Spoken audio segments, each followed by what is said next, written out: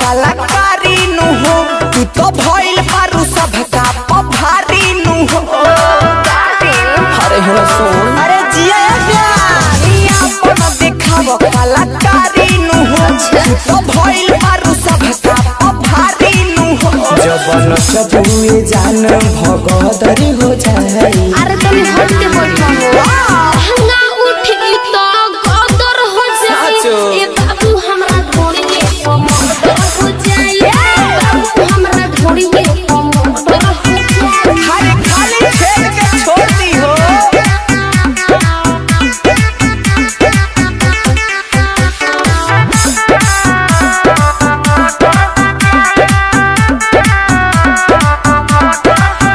जैसे ले आई इहा न मरियान हो तबे सत्ते देहब अपन हाथ जोरियान हो।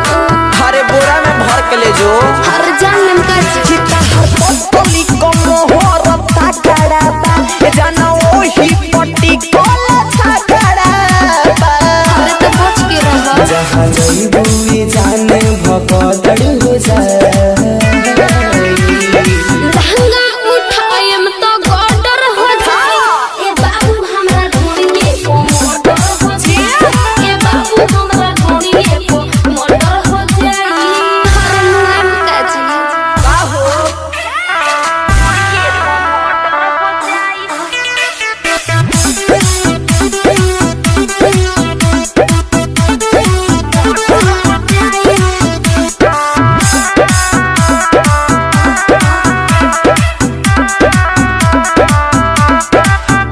जितना छुए कितना छुलो ये सके जे कहो बाकी मिली ना ये बाबू मजा से जे कहो।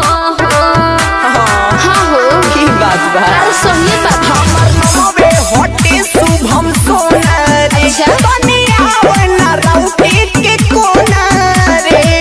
अरे हटबो की ना तोरे उड़नी गोरी चदर हो जाए। हाँ तो हमरा सुन लो लहंगा उठी तो गदर हो जाई। ए बाबू हमरा घोड़ी के कमर हो जाई। ए बाबू हमरा घोड़ी के कमर हो जाई। हर मर जइबो।